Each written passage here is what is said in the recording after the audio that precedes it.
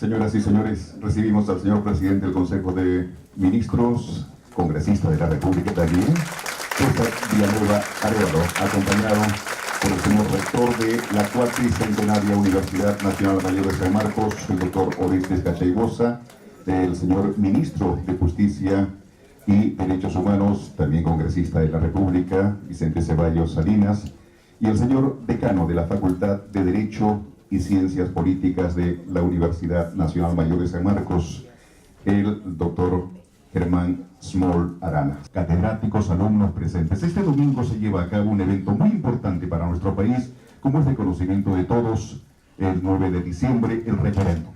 Y la Facultad de Derechos y Ciencias Políticas de la Universidad Nacional Mayor de San Marcos convoca justamente este seminario sobre lo que vemos, el referéndum y la reforma constitucional en debate. Bienvenidos estudiantes universitarios para este seminario.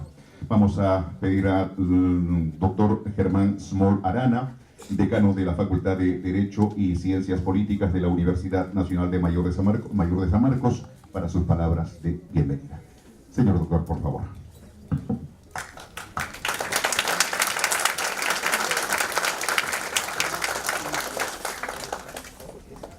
Muy buenos días a todos ustedes.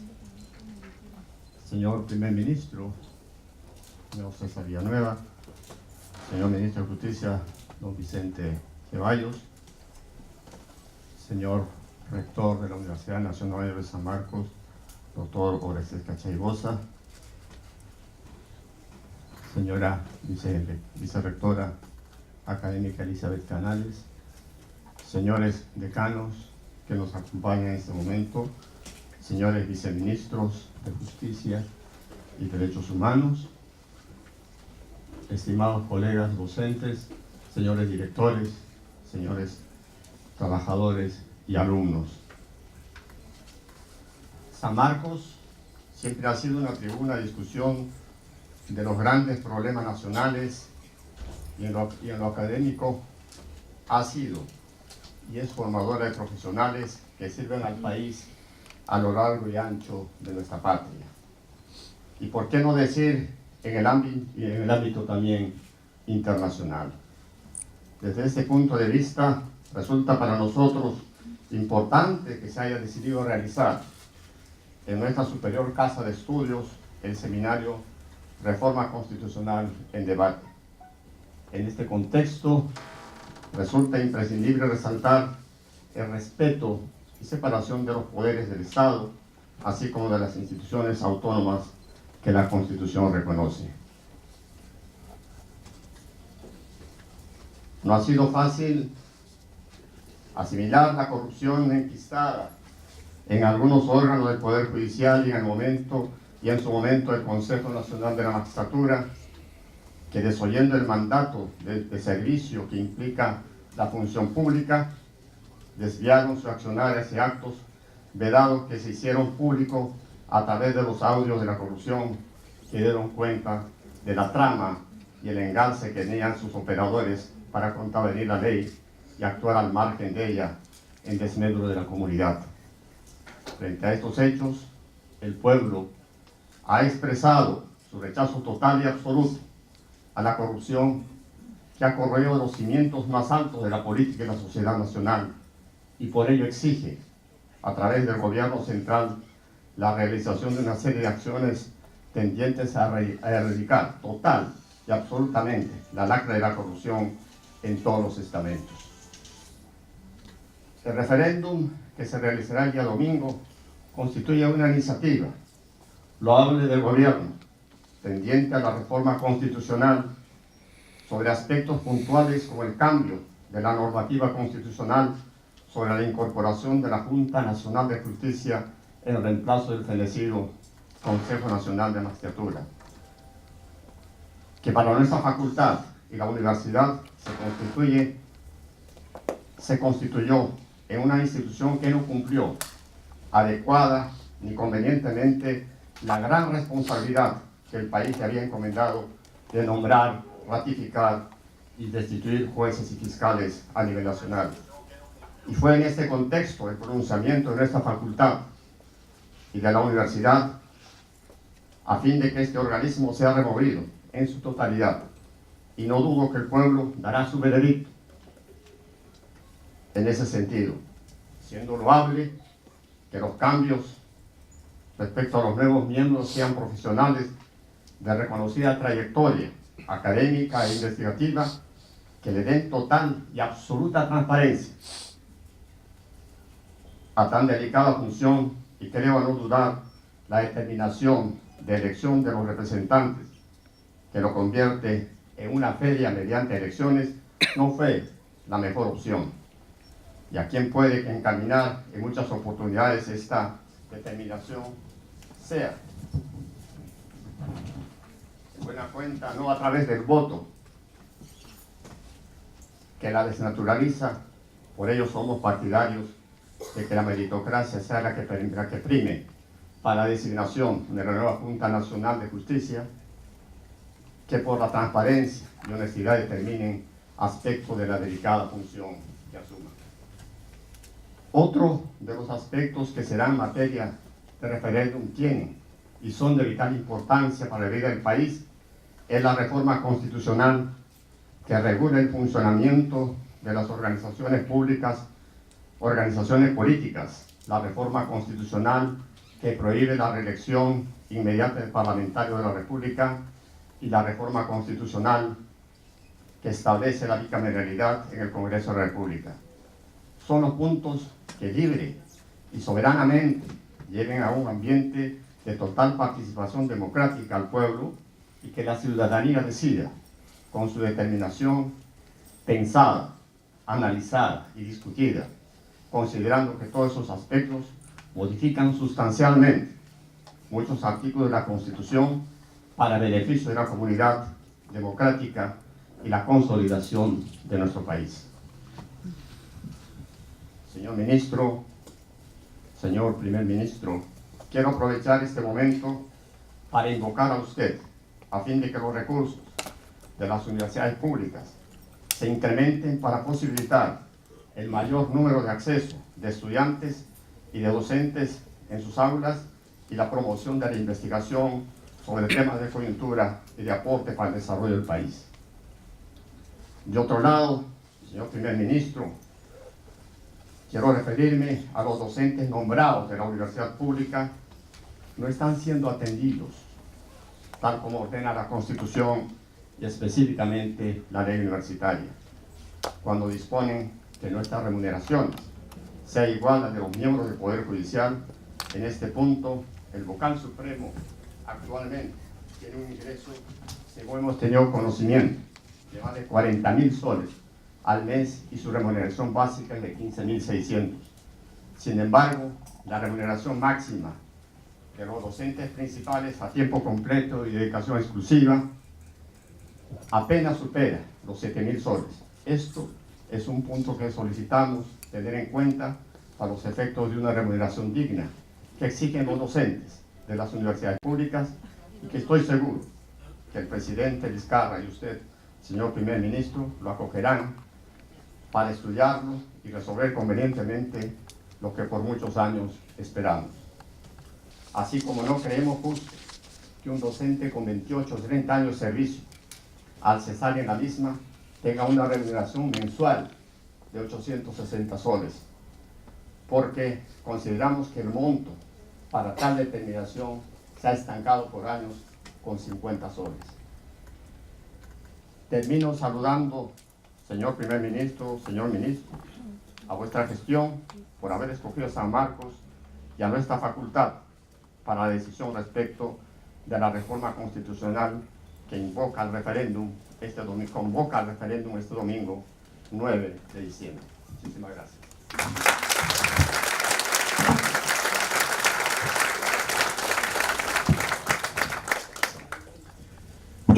Muchas gracias, doctor Germán Small Arana, decano de la Facultad de Derecho y Ciencias Políticas de la Universidad Nacional Mayor de San Marcos, en sus palabras de bienvenida.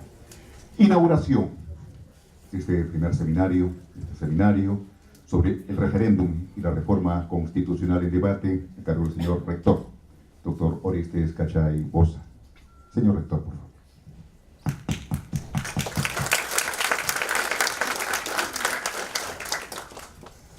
Muy buenos días tengan todos ustedes. Señor Presidente del Consejo de Ministros, señor César Villanueva Arévalo, a nombre de la Universidad Nacional Mayor de San Marcos y como rector de la universidad, le damos la bienvenida a su casa. Señor Ministro de Justicia y Derechos Humanos, Vicente Ceballos Salinas, doctor Germán Esmol Arana, decano de la Facultad de Derecho, señores viceministros, vicerrectora académica presente doctora Elizabeth Canales, decanos, decana, alumnos, personal administrativo, docentes. A nombre de la Universidad Nacional Mayor de San Marcos, la universidad referente, siempre sintonizando los problemas del país, y el tema del referéndum es una gran necesidad de reformar para poder llegar a una buena gobernabilidad. En ese sentido, la universidad no puede ser indiferente. San Marcos, como universidad referente, a través de la Facultad de Derecho y a través de las universidades nacionales, ANUP, también hemos presentado comentarios, posiciones sobre la parte de la reforma de la Constitución. Llegar a una gobernabilidad en estos años ha sido muy difícil. Cambiar esa expectativa que tenemos todos como ciudadanos de ver y que se vean los problemas, la solución de los mismos, es una tarea tanto del Ejecutivo y el Legislativo. Y tenemos que llegar muchas veces a situaciones de enfrentamiento, pero que eso tiene que conllevar a la solución de los mismos. Y San Marcos, como la academia, no puede ser indiferente. Por eso llamamos a la cordura y por eso vemos con un buen gesto hacer una consulta a nivel de todo el pueblo con este referéndum. Aspectos sustanciales que hemos visto cómo ha afectado la ética, la moral, los valores, y que requieren ser reorientados. Y ese referéndum conduce a eso. De igual manera, hemos escuchado el planteamiento del decano de Derecho respecto a las necesidades de la universidad. Yo diría a las necesidades de toda la Universidad Nacional, pero también es digno resaltar que el presidente de la República está apostando por la Universidad Nacional. La presencia del presidente de la República en San Marcos está dando un respaldo a la Universidad Nacional. Hay muchos esfuerzos por parte del Ejecutivo que se tiene que hacer. Hemos estado constantemente en coordinación con el Legislativo para poder ver el incremento de nuestro presupuesto. Pero pensar a nivel país es como pensar en San Marcos, cómo reorientamos nuestro presupuesto. No es una tarea fácil, pero hay que ejecutarlo con productividad, con eficiencia. Y eso es lo que se está haciendo en San Marcos. Quizás con menos recursos, pero estamos implementando la parte de los equipos, los laboratorios, en beneficio de la formación profesional con alta calidad. Cumpliendo la ley 3220, orientando a la universidad hacia la investigación. El año 2017 y este año 2018 estamos invirtiendo 20 millones para investigación, pero que se traducen en equipamientos de última tecnología en las ramas de ciencias médicas, por ejemplo, en medicina humana, en odontología. Se han adquirido equipamientos que han puesto a nuestras facultades en alto valor y que son referentes. A pesar de ser nacionales, San Marcos está liderando en estas áreas. Y a nivel nacional, las universidades, a través de la asociación de ANUP, estamos también haciendo las tratativas para que las remuneraciones de nuestros docentes sean dignas. Y estamos en ese discutir de ese tema tan difícil que entiendo presupuestalmente, si lo vemos a nivel magnitud de Estado, es un incremento bastante significativo. Pero que esperemos que se den progresivamente por partes, no en su totalidad, pero debemos avanzar y creo que en ese sentido el Ejecutivo va a dar muestras más adelante. Asimismo, tenemos problemas sociales, problemas de nuestros administrativos, cuyas remuneraciones a nivel del Estado muchas veces no se han actualizado y que permanecen pues con sueldos bastante mínimos, 900 soles, 1000 soles, que no alcanza para cubrir la canasta familiar. Pero que también la universidad trata de hacer grandes esfuerzos, pero los órganos de control interno también observan el otorgamiento, por ejemplo, de vales de consumo de alimentos, que hemos venido otorgando de 300 soles y que ha sido objetado, no solamente en San Marcos, sino a nivel de las otras universidades. Pero es un problema que se tiene que solucionar. Tenemos que buscar la forma cómo viabilizar este aspecto. Y creo que en esa parte tenemos que reunirnos, la parte de la universidad con el Ejecutivo para dar solución en ese sentido. Hace pocos minutos conversaba con el presidente del Consejo de Ministros y le manifestaba nuestra preocupación, no solamente como San Marcos, sino a nivel de todas las universidades nacionales. Podríamos seguir conversando y discutiendo muchos problemas, pero siempre con el diálogo, siempre llegando a un buen entendimiento, siempre llegando a un buen puerto.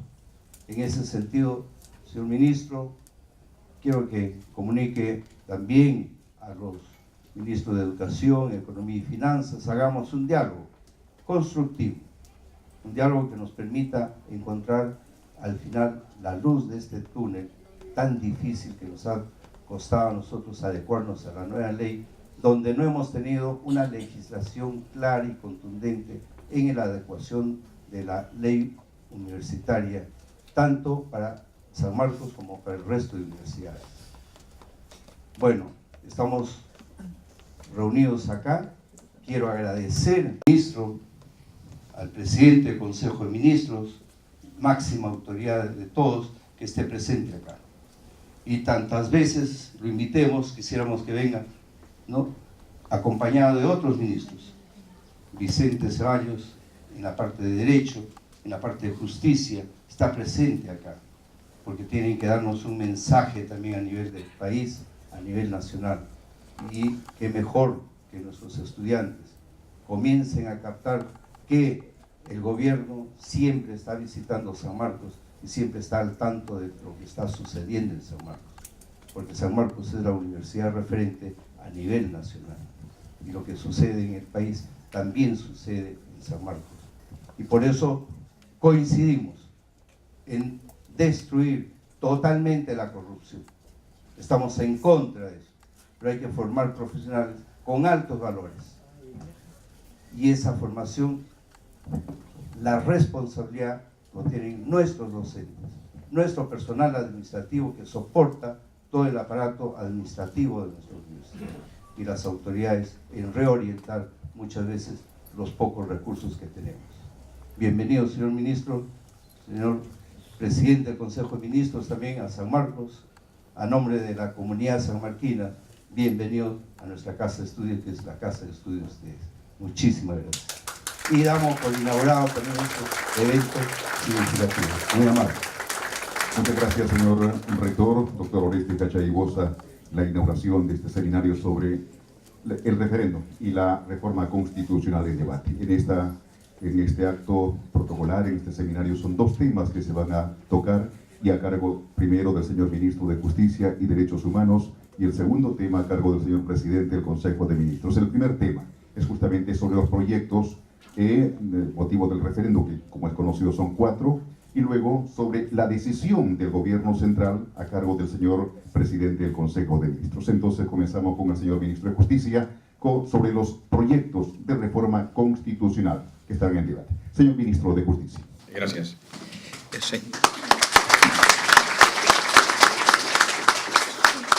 Señor Rector de la Universidad de San Marcos, Orestes Cachay, señor Premier de don César Villanueva, señor Decano de la Facultad de Derecho de esta universidad, señora Vicerrectora, señores decanos, señores viceministros, señores docentes, estudiantes todos y comunidad en general. De verdad que muy complacido y agradecido a su vez por permitirnos esta jornada académica este mediodía. Y nos preguntábamos en días pasados con el señor Premier, ¿no? El día 9, después de una larga jornada de trabajo, nos corresponde, como es propio de un proceso, cerrar la campaña electoral, si de alguna manera se podría calificar. Y qué mejor escenario que hacerlo acá en la Universidad Mayor de San Marcos. Lo digo con mucho orgullo y satisfacción. Yo no voy a poner en tela de juicio su rigor científico, sus capacidades y potencialidades de orden académico, su historia. Creo que eso está en la conciencia, en el corazón de cada buen peruano. Pero creo que tenemos que ser coherentes y San Marcos nos da una interesante oportunidad para puntualizar finalmente lo que ha sido esta propuesta del Ejecutivo del llamado referéndum constitucional. Decía yo, ha sido un arduo y complejo caminar. Estamos a escasas 72 horas de llegar al 9 de diciembre. Parecía inalcanzable. Y cada día, inclusive no parecía 24, parecía 48 horas. No podíamos advertir qué sobrevenía al día siguiente, o en minutos, o en horas.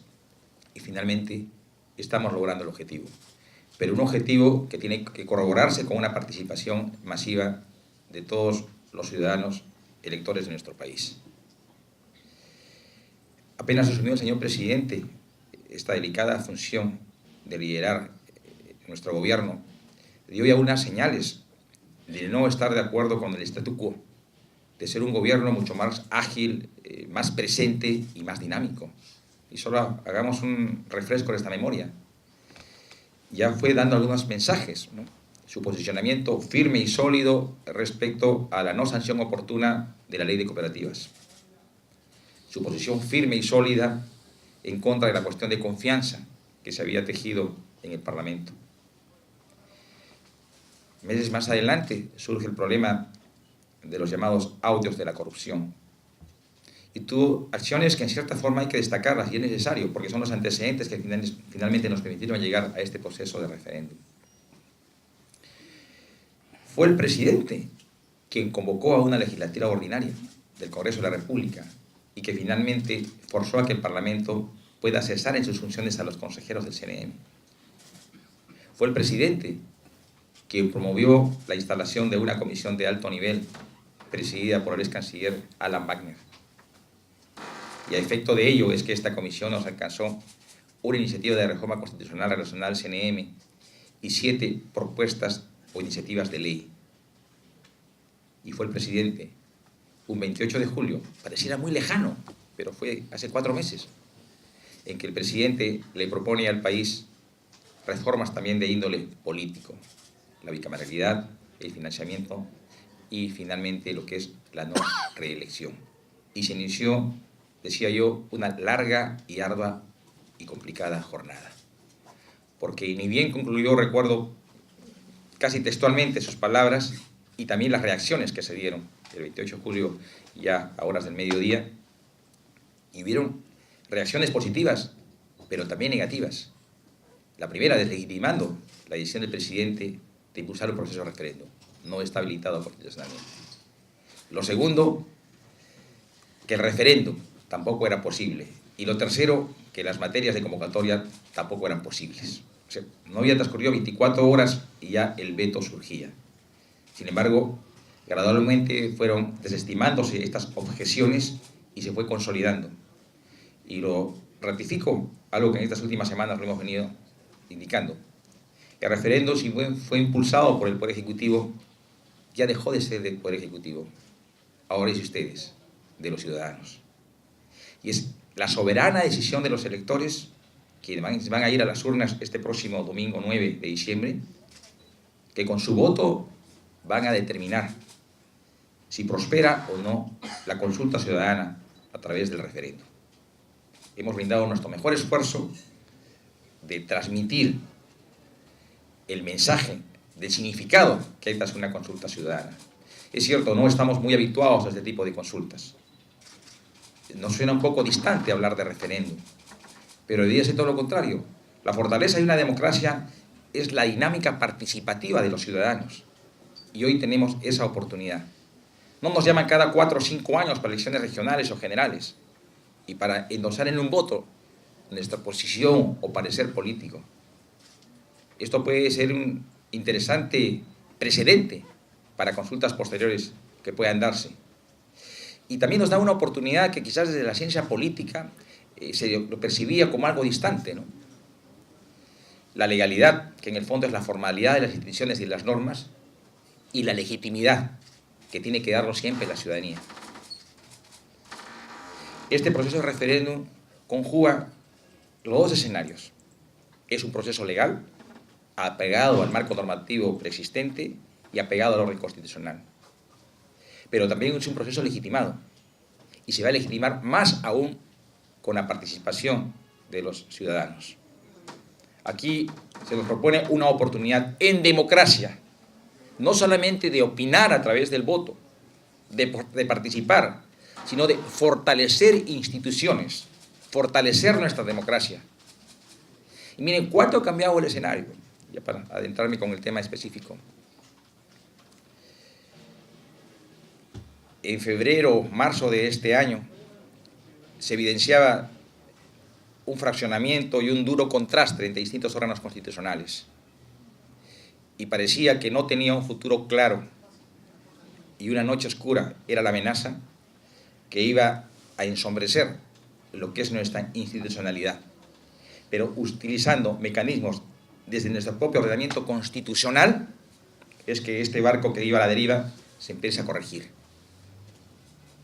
No es cierto lo que ha anunciado el señor decano, los graves síntomas de corrupción que están evidenciando en el país, cuyos protagonistas son principales, o principalmente son aquellos que tuvieron la dirección de nuestro país, que están siendo sometidos a un debido proceso, bajo jueces autónomos y bajo órganos independientes, en democracia y dentro del esquema institucional que propone nuestro modelo constitucional. Es indiscutible. Nosotros no necesitamos de una certificación de gobiernos externos, porque la democracia la vivimos aquí. Libertad de expresión, libertades fundamentales, separación de poderes, autonomía funcional de los fiscales y jueces. Y por ello también, en ese escenario de auténtica democracia, es que estamos impulsando un proceso de referéndum, no direccionando.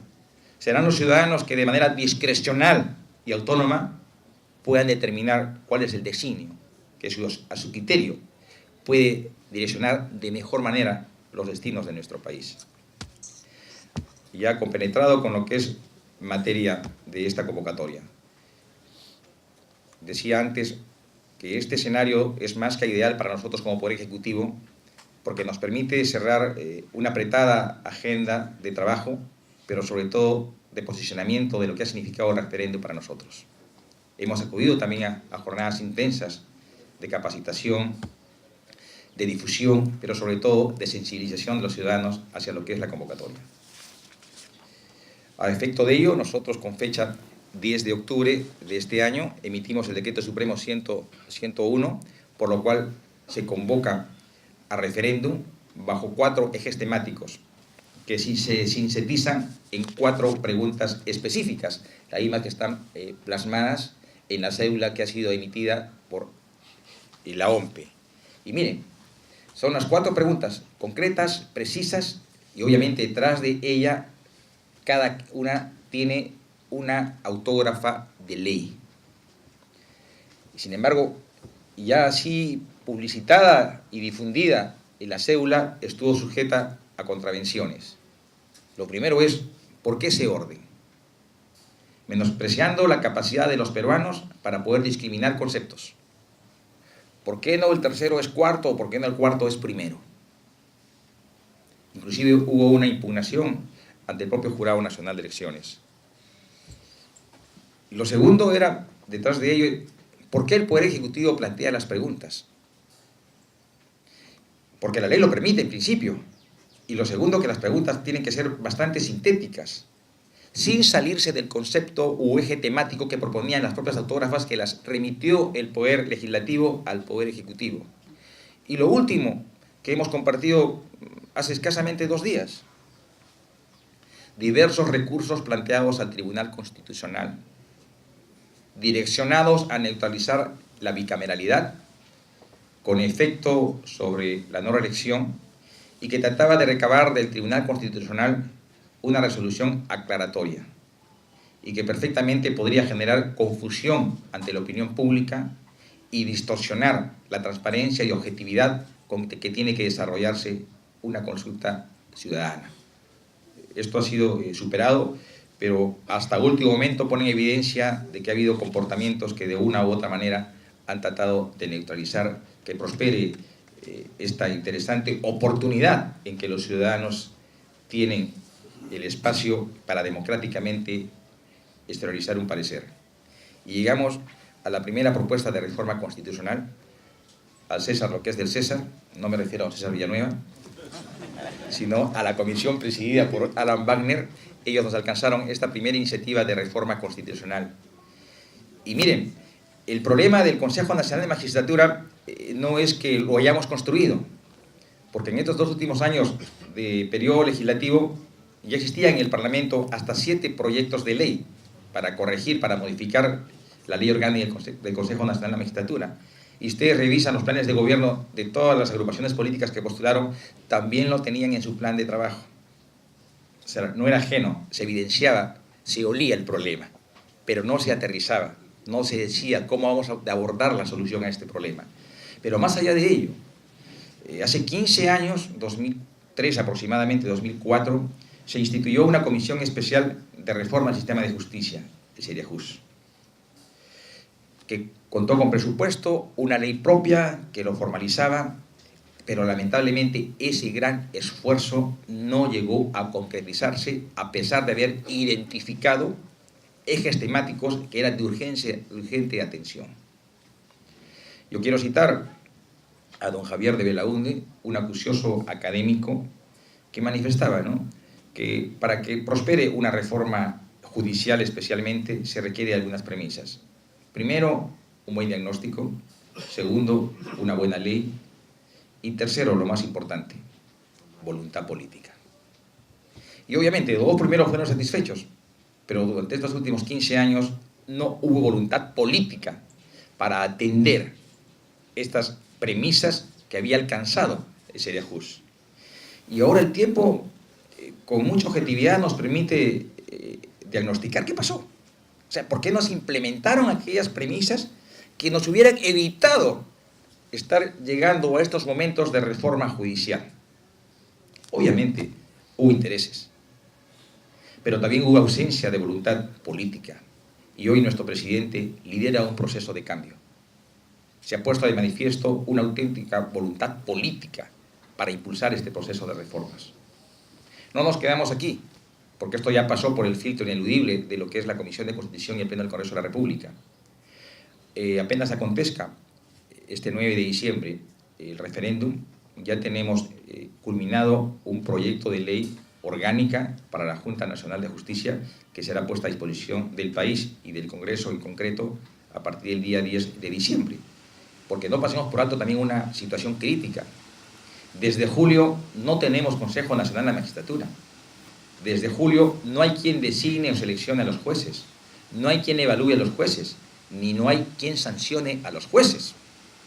Más aún, el propio presidente del Poder Judicial, don Víctor Prado Saldarriaga, presentó un proyecto de ley al Poder Legislativo en una circunstancia de urgencia. Denos facultades para nosotros como Sala Plena o Corte Suprema poder sancionar a los magistrados. Bueno, hasta el día de hoy este requerimiento normativo no es atendido. Es decir, hay una especie de desazón e incertidumbre. Entonces, por ello se hace más que perentorio atender a esta primera reforma e inmediatamente después acudir a su reglamentación a través de la aprobación de la ley orgánica de la Junta Nacional de Justicia. A la siguiente, por favor. Este es el esquema plasmado actualmente en la Constitución de 1993 y que ha sido objeto de fuertes y gruesas críticas y que está motivando finalmente a su modificación. El Consejo está integrado por un magistrado del Poder Judicial, por un vocal supremo, por un representante de los colegios de abogados del país, 2 representantes de otros colegios profesionales, un representante de universidades públicas y otro de universidades privadas o particulares. Si ustedes se fijan, este es un modelo eminentemente representativo. Y ocurrió un hecho muy curioso, ¿no? En el caso, por ejemplo, de la composición de los colegios profesionales. Aquel colegio, en su conceptualización originaria, ¿no? Aquel colegio que tenía el mayor número de agremiados o colegiados, dábamos por descontado que tenía un representante del Consejo Nacional de la Magistratura. Yo no voy a obviar qué colegios, o mejor dicho, voy a obviarlos, ¿correcto? Sin embargo, esto ya permitió una primera corrección. Y a ello sobrevinieron una serie de circunstancias críticas que pusieron en evidencia los graves síntomas de corrupción en los cuales estaba sujeta la Administración de Justicia.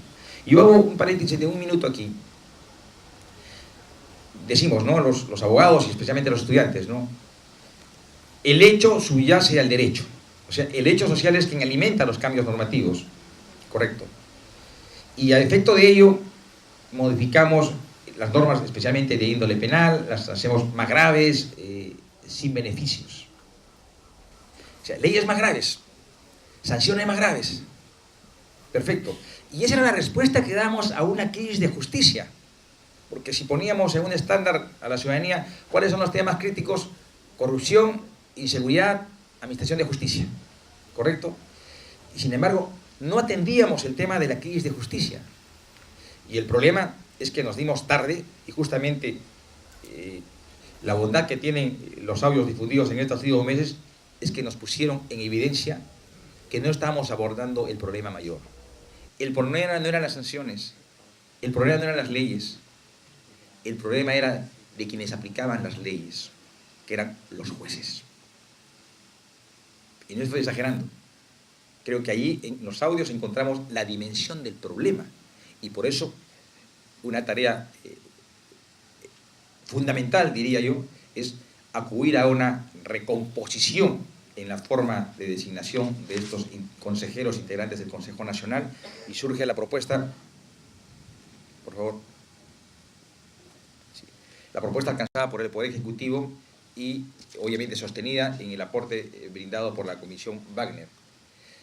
7 integrantes, los cuales son elegidos mediante concurso público de méritos, o sea, pasamos de un sistema representativo a un sistema meritocrático, y estos 7 integrantes de la Junta Nacional de Justicia son elegidos a su vez por una comisión integrada por 7 instituciones. En este caso, primero el Defensor del Pueblo, presidente del Poder Judicial, fiscal de la Nación, presidente del TC, contralor, 2 rectores, o sea, 1 de universidades públicas y 1 de universidades privadas. En la propuesta originalmente alcanzada por el Poder Ejecutivo no se consideraba la presencia de representantes de las unidades públicas y privadas, pero se le pone un candado, no de todas las universidades, se ponen 2 requisitos, que sean universidades licenciadas, una, y la segunda con una antigüedad de 50 años. Me parece que San Marcos alcanza, ¿no? Lo damos por descontado que sí. La siguiente, por favor. Sí. Y también de una u otra manera se mejoran los requisitos para ser integrantes de esta Junta Nacional de Justicia, ¿no? Ya no son, son 7 titulares y son a su vez con sus respectivos suplentes, pero esto es aleatorio, ¿no? O sea, hay un orden de méritos, porque antes cada titular tenía un suplente, en este caso no, son aleatorios. Si no hay uno, el primero en el orden de prioridades sustituye a este titular. Es ciudadano en ejercicio, mayor de 45 y menor de 75 años.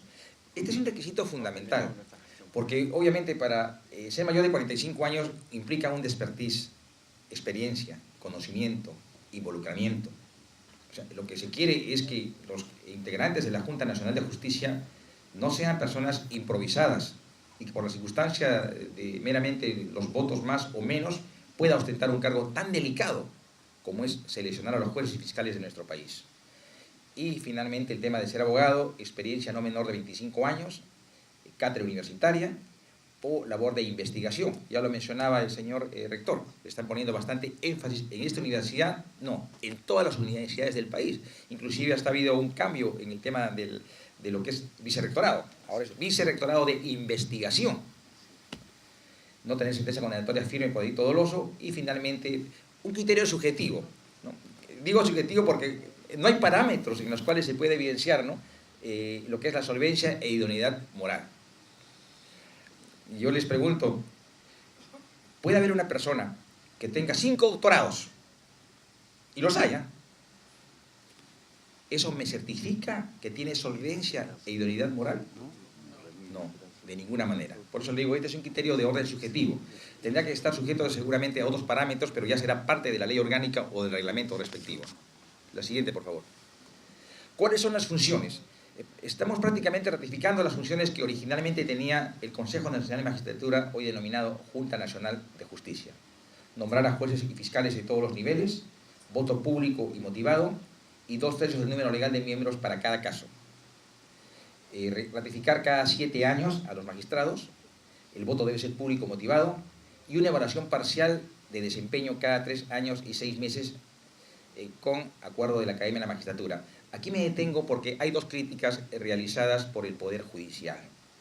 El Poder Judicial manifiesta de que si bien se ha seguido un procedimiento riguroso de evaluación y calificación, ¿por qué se tiene que llegar al voto público?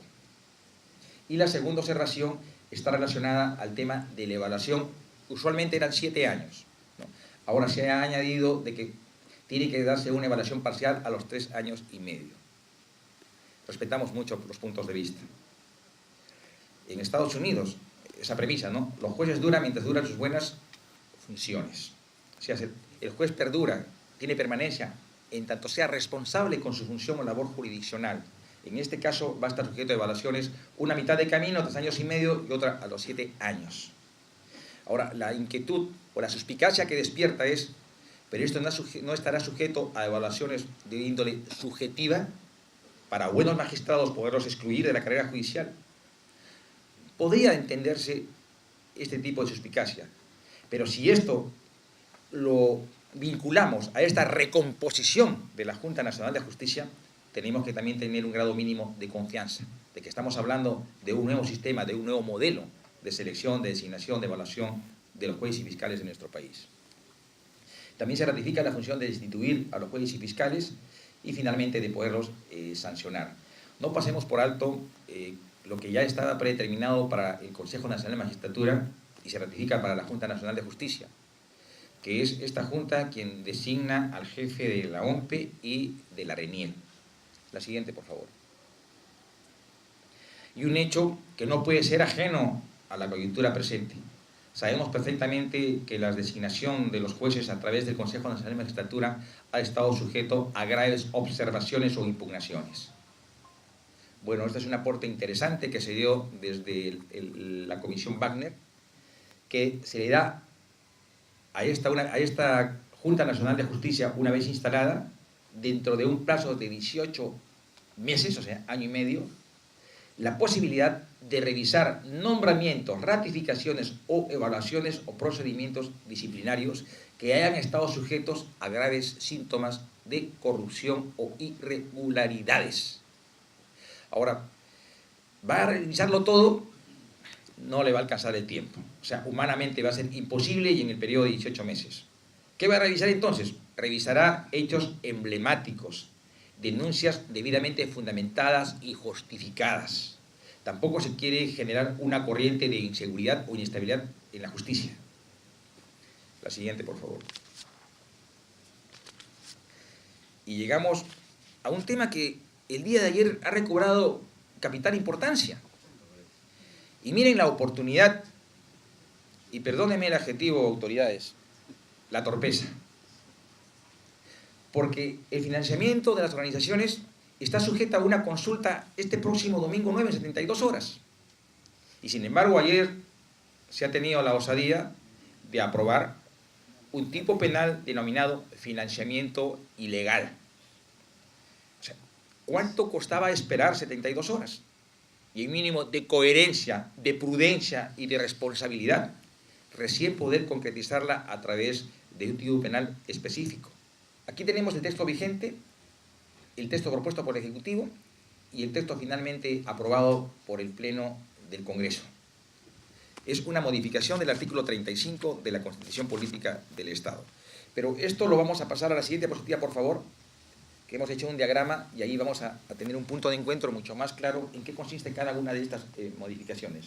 En principio, el financiamiento es público y privado y obviamente tiene que haber criterios de transparencia y de rendición de cuentas. Aquí me detengo un momentito, en el tema de rendición de cuentas no hemos avanzado mucho. La propia ley lo está excluyendo. La rendición de cuentas no ha sido recogida en la Constitución, hubiera sido lo ideal y está en la propuesta original planteada por el Poder Ejecutivo. En el tema del financiamiento público y privado, el financiamiento público se da a través de la franja electoral y también del financiamiento directo, un dispendio que más o menos es el promedio del 0.1% por cada voto emitido. Y año tras año se les da a las agrupaciones políticas que tienen representación en el Parlamento. Y en el caso del financiamiento privado, aquí sí hay algunos aportes interesantes, ¿no?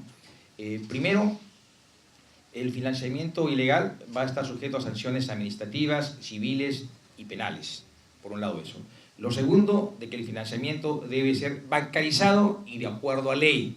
Lo ideal obviamente hubiera sido de que todo aporte a una agrupación político-partidaria sea a través de los bancos. El hecho que nos remitan una ley puede estarse proponiendo también a través de determinados montos, ¿ya? Y finalmente, quizás el aporte más interesante es de que la publicidad en campaña electoral respecto a medios, radio y televisión solo puede tener financiamiento público, es decir, el Estado va a asumirlo. Hay experiencias en el derecho comparado y esto creo que puede ayudar un poquito a ponderar o equilibrar la participación de todos los quienes tienen en cierta forma el criterio de poder participar en justas electorales. Pasamos a la siguiente, por favor. Sí. Prohibición de la elección inmediata de congresistas. La siguiente. Sí.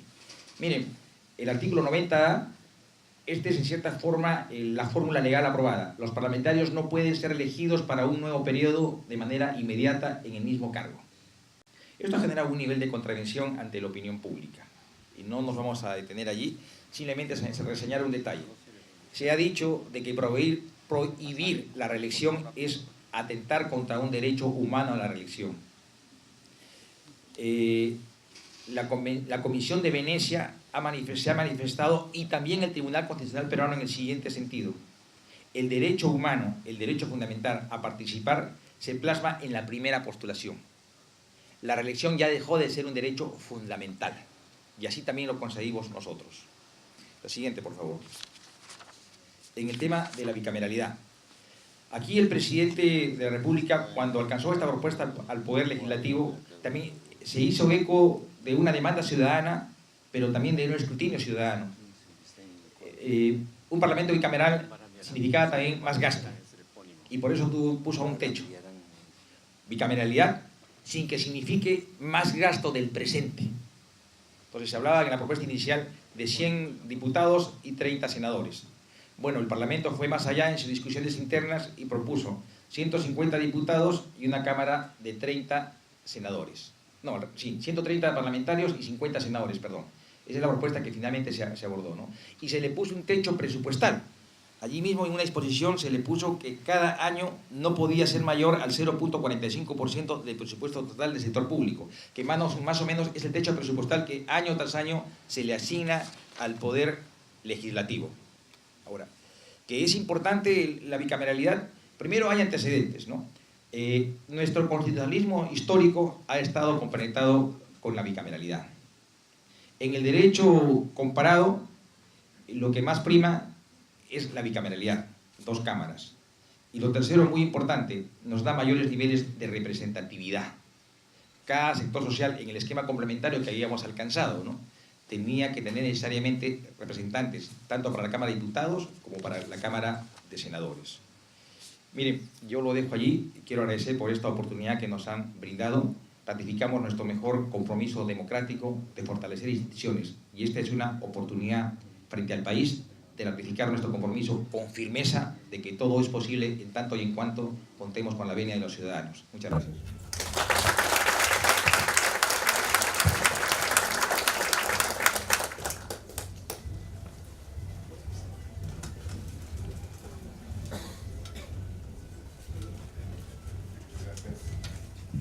Muchas gracias, señor ministro de Justicia y Derechos Humanos, doctor Vicente Ceballos Salinas. ¿Cuál es la decisión del gobierno frente a este evento?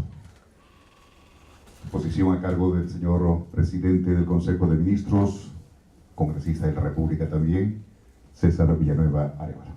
Señor presidente del Consejo de Ministros, por favor.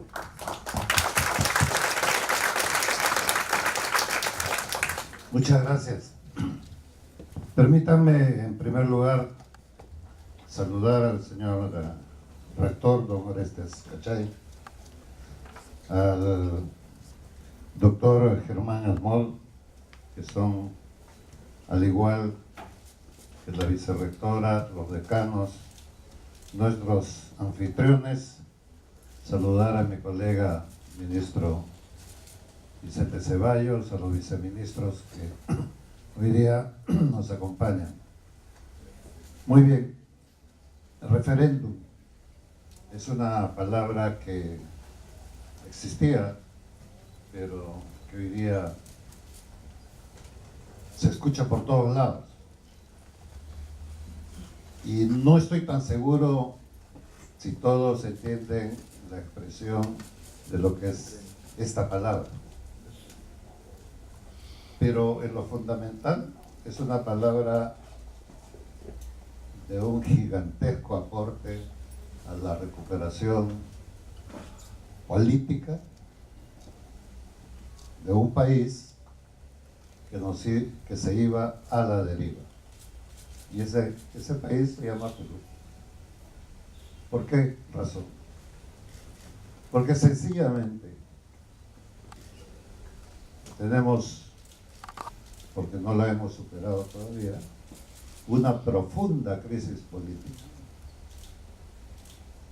Una crisis política que está ahí, la palabra política, pero ya no tiene edificios que lo sostengan, como se dice, los partidos, y que estos partidos sostienen la democracia. No la tienen. Ustedes pongan en una vitrina todos los nombres de los partidos y van a encontrar que tienen el logo, que tienen el nombre, pero que no tienen la estructura del partido. Por eso es que políticamente este país se fraccionó a tales niveles de que probablemente es uno de los países donde más movimientos políticos locales y regionales existen.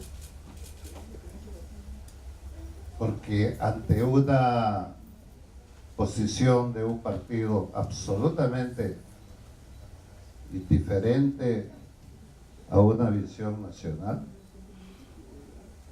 indiferente a la consistencia de la participación que le da sentido a la democracia, se fraccionó y en cada lugar se formaron movimientos regionales y locales, y como resultado tenemos autoridades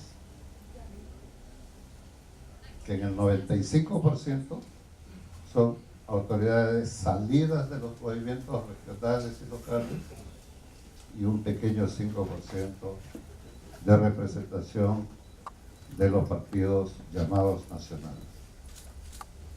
Esa es la realidad.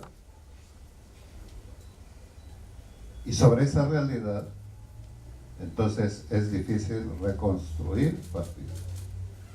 Es difícil reconstruir la política en una visión sólida, coherente, que nos ofrezca caminos en los grandes retos que hoy día hay en un mundo competitivo. Segunda columna de sostén de un país es la administración de justicia. Y cuando a mí me invitaron a venir a esta emblemática universidad, y además con el agregado de estar en la sala de conferencias de esta universidad, en la Facultad de Derecho, me animó mucho el estar con ustedes, aparte, obviamente, de conocer la rica historia de esta universidad. Es la crisis de la administración de la justicia, que es otro de los pilares en los que se construye el país. Es otro de los pilares donde se construye la confianza en una sociedad organizada, en una sociedad que quiere mirar el futuro. Y entonces, la administración y la gerencia de la justicia es fundamental para entender que todos tenemos los mismos derechos y todos somos juzgados de la misma forma. Ese es otro pilar. Hay muchos otros pilares y muchas otras reformas que sin duda se necesitan en este país. Unos dicen más importante que todas esas cosas, lo habrán leído en los periódicos, es la economía, la reforma económica. Qué duda cabe, es importante. Pero cualquier proceso económico, cualquier modelo económico, cualquier dirección no tiene un futuro si no tiene un acompañamiento de una columna política. No es verdad que la economía funciona fríamente con la calculadora. No es verdad. Necesita acompañar un pensamiento, una dirección política. Y entonces, tendríamos que reflexionar en un ejecutivo nuestro, del que formamos parte Vicente y yo, liderado por el presidente Vizcarra, cómo somos fruto de ese proceso de crisis política. Hay que entenderlo, ¿sí? Y cómo de esa crisis política entonces está encabezado un gobierno, quizás por primera vez en la historia, con una amplia mayoría de provincianos, fruto de este fraccionamiento político. Quizás un provinciano de Moquegua o de San Martín, donde soy yo, no hubiésemos llegado al gobierno si no hubiese habido este fraccionamiento. Hay que leerlo de esa manera y hay que sentirlo de esa manera para entender qué es lo que tenemos que reconstruir en este país. Y entonces ese fraccionamiento político es bueno porque ha sacado ministros, ha sacado presidentes. No es bueno. Necesitamos articular estructuras políticas más sólidas, porque si no, vamos a tener el pensamiento de 25 regiones, más de 1.800 gobiernos locales, que es difícil articular los intereses nacionales con los intereses locales. Y entonces necesitamos pensar qué hacer frente a una situación de esta naturaleza. ¿Nos ponemos a recomponer los partidos? Ha habido décadas de experiencias de reorganizar políticamente los partidos.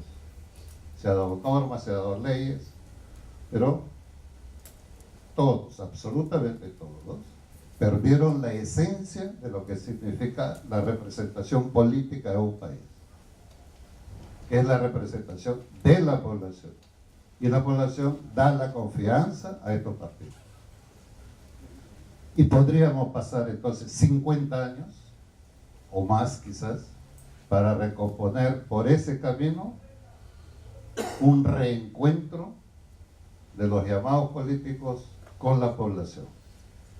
Y o al revés, la población volverse a reencontrar en un cierto nivel de confianza con aquellos que ellos eligieron cada 4 años o cada 5 años en una elección. No era posible.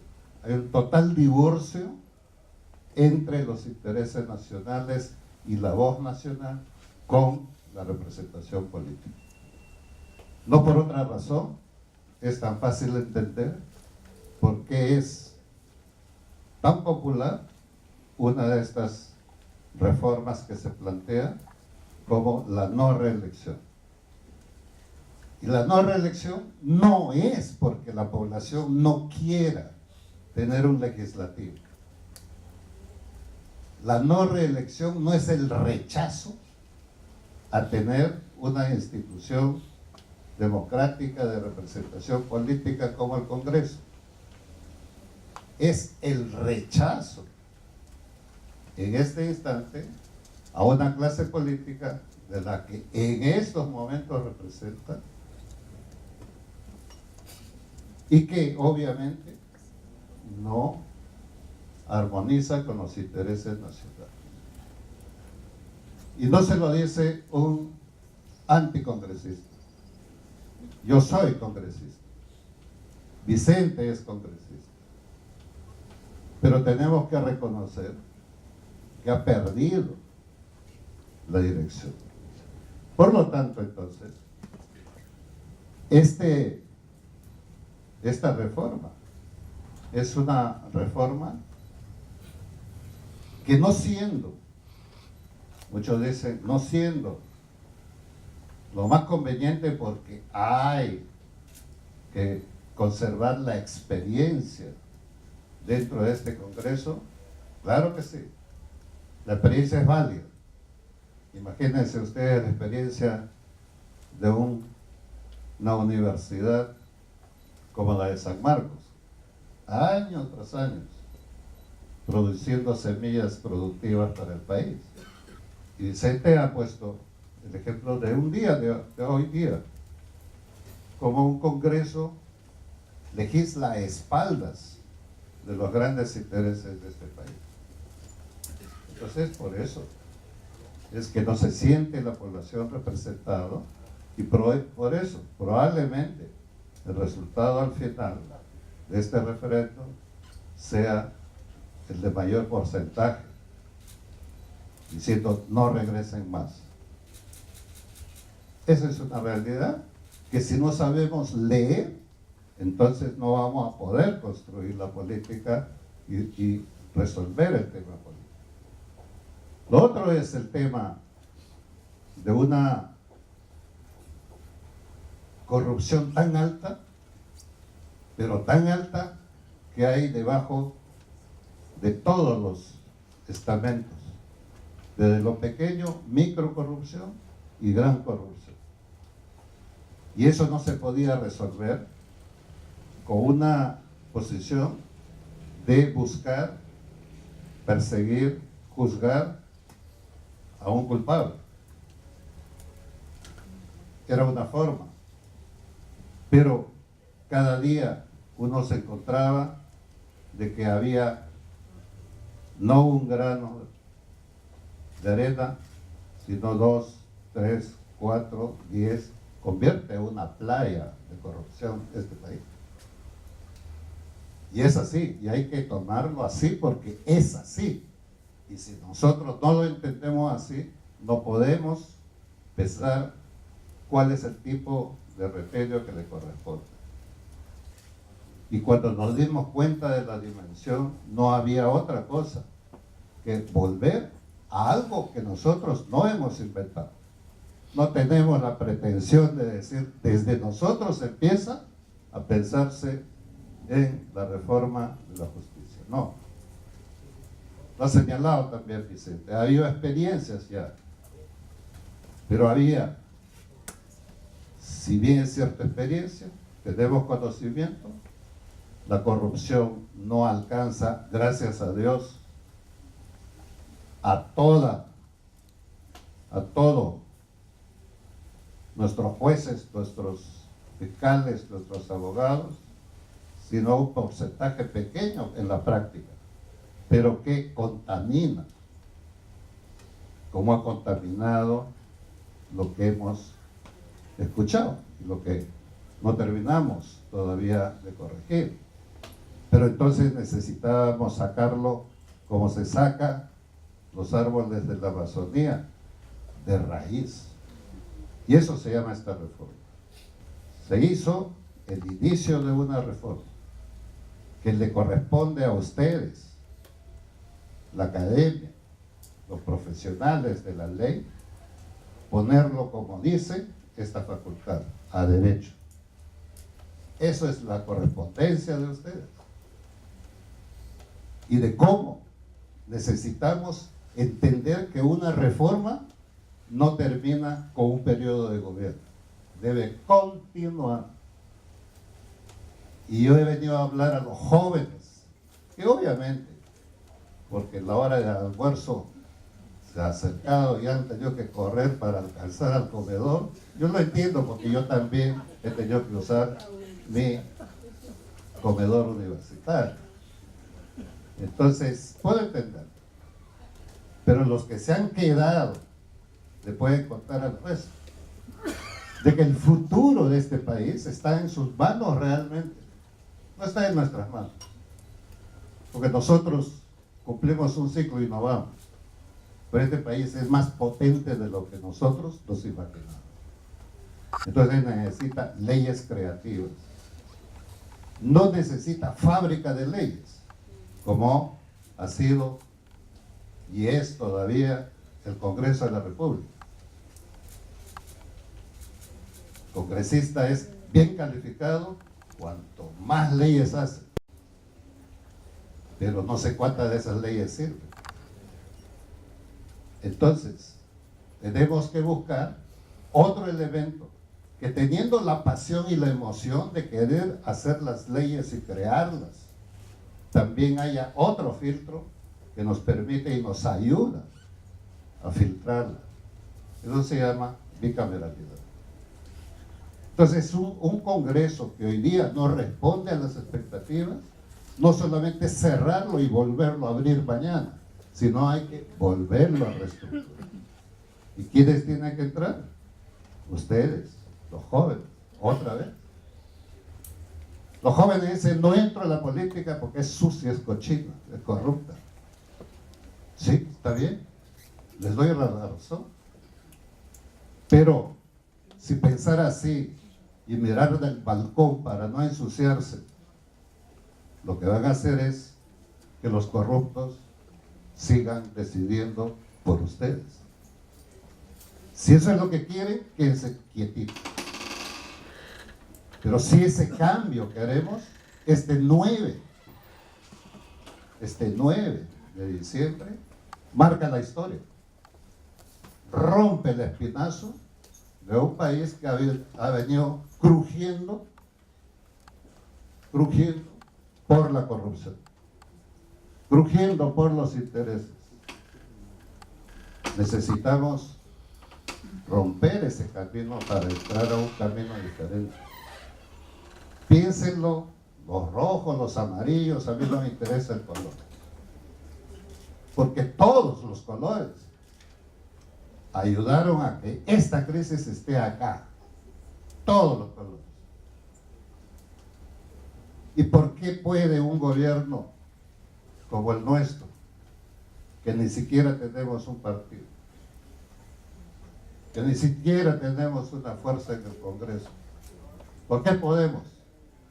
Porque tenemos el coraje de decir, vamos a hacerlo. Y porque no estamos hipotecados ni al poder político, ni al poder ideológico. No tenemos ese tipo de jaulas. Y esa es nuestra fuerza.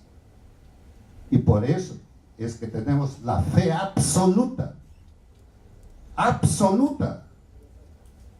de que la población, con este referendo, esta sola palabra, lo que está haciendo es lograr volver a recuperar su derecho de definir las líneas políticas de este país y no que le pidan el voto cada 4 o 5 años. Esa es la lección. Más allá de estas 4 reformas. Estas 4 reformas son importantes, pero son el inicio. Yo creo que lo grande está, jóvenes, en que ustedes sepan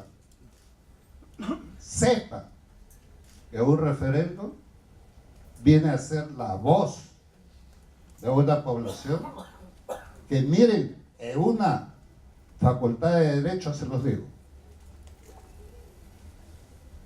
como nuestra Constitución, con todas las debilidades que tenga, ha podido soportar los más grandes remesones políticos en los últimos 20 o 30 meses.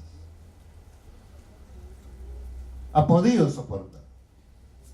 Lo podemos mejorar, con toda seguridad podemos mejorar, pero ha podido soportar. Lo que quiero decirles a los estudiantes de Derecho es: han elegido bien, pues. Cuiden la Constitución, cuídenla. La Constitución se puede renovar con el tiempo, no está escrito en piedra, se puede renovar. Lo importante es que tengamos un marco constitucional. Y nosotros tuvimos todo el empuje, toda la presión. Presidente Vizcarra, por donde caminaba, nos íbamos a distintos sitios, la palabra era: cierren ese Congreso. Y si nosotros hubiésemos obedecido a un impulso populista, hubiésemos cerrado el Congreso. Y con toda seguridad teníamos más aplausos en las calles. Pero ¿qué cosa significaba eso? Significaba que podíamos nosotros gobernar circunstancialmente, pero le hacíamos daño al país. No es comer un poquito de la miel y después sentir la hiel. Ojo. Entonces tenemos que tener el coraje, la fortaleza para soportar todos los cantos de sirena y pensar en el futuro. Eso se llama ese referéndum. Confiar en la población, confiar en la gente. Saber que está en sus manos definir. Si en su mano quiere definir otra cosa, que lo defina. Pero no lo definen 130 congresistas, de los cuales acá estamos 2 y quedan 128 ahí, que obviamente estamos alejados de ese sentimiento de la población. Esa es la diferencia. Entonces, no hemos inventado nosotros. Esto lo han pensado antes la reforma política. La reforma política está en todos los congresos. Ahora que empezamos a tratar de limpiar los partidos políticos del dinero sucio con esta reforma, sale una ley ahora, ayer. O sea, contraviniendo a lo que estamos haciendo. Pero no importa. Pero vale la pena un golpe que 10 cantos de sirena. Vale la pena. Este país, nosotros, con la población, o la población con nosotros, si es que logramos un referéndum exitoso, habrá abierto el camino del reencuentro de una política participativa y democrática. A partir de eso, elijan lo que quieran, porque no hemos venido a decirles nosotros, a orientarlos, voten por tal o cual. Lo que hemos venido a decirles es que juntos leímos la necesidad de volver a reencontrar un instrumento democrático. No es el voto lo que dice la democracia en este país. El voto a veces termina siendo la dictadura de un grupo de políticos que no entienden el país. Porque pueden definir en 130 votos o 100 todo el destino de este país. Y eso no es justo. No es justo. Aprendamos entonces a tener nuestra fuerza cívica. Y eso es lo que le hemos venido a decir a esta universidad, especialmente los jóvenes. Tienen en sus manos un país que no tiene por qué tener la pobreza que hoy día tenemos. No tiene por qué. Ustedes tienen una facultad de ingeniería, metalurgia. ¿Para qué? ¿Para qué? Rector, elimínenlo mañana. Porque si no queremos minas en este país, ¿para qué lo tienen? Pero si queremos, porque Raimondi fue el más inteligente que nosotros, de saber y decirnos, están sentados en un banco de oro, ustedes son mendigos. Porque la inteligencia política está en que la riqueza que está en el subsuelo sepa eliminar la pobreza que está en la superficie.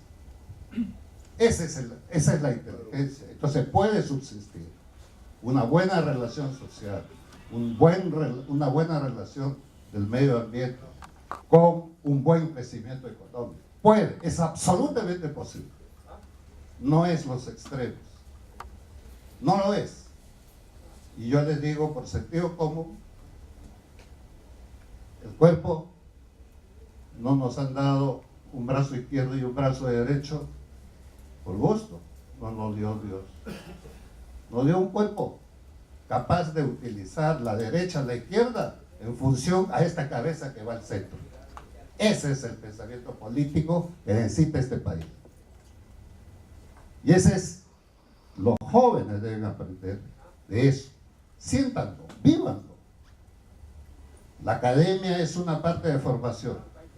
La otra parte es la identidad que ustedes tengan por este país. Y este país empieza a recuperar la llave de la libertad de pensamiento y de decisión política con este referéndum. No es un momento cívico que se da este 9. Este 9 es importante. Y ojalá que nos sirva a todos.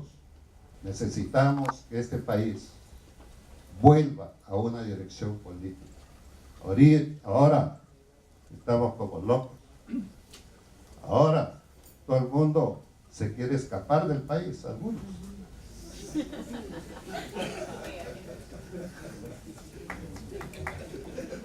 Yo me quiero ir a Tarapoto. Pero feliz de haber estado acá en esta universidad tan maravillosa, doctor. He escuchado también el grito de guerra. Que lo puedo entender. Y como puedo entender que los jóvenes necesitan su almuerzo. Así que muchas gracias. Muy buenos días. Muy buenas tardes.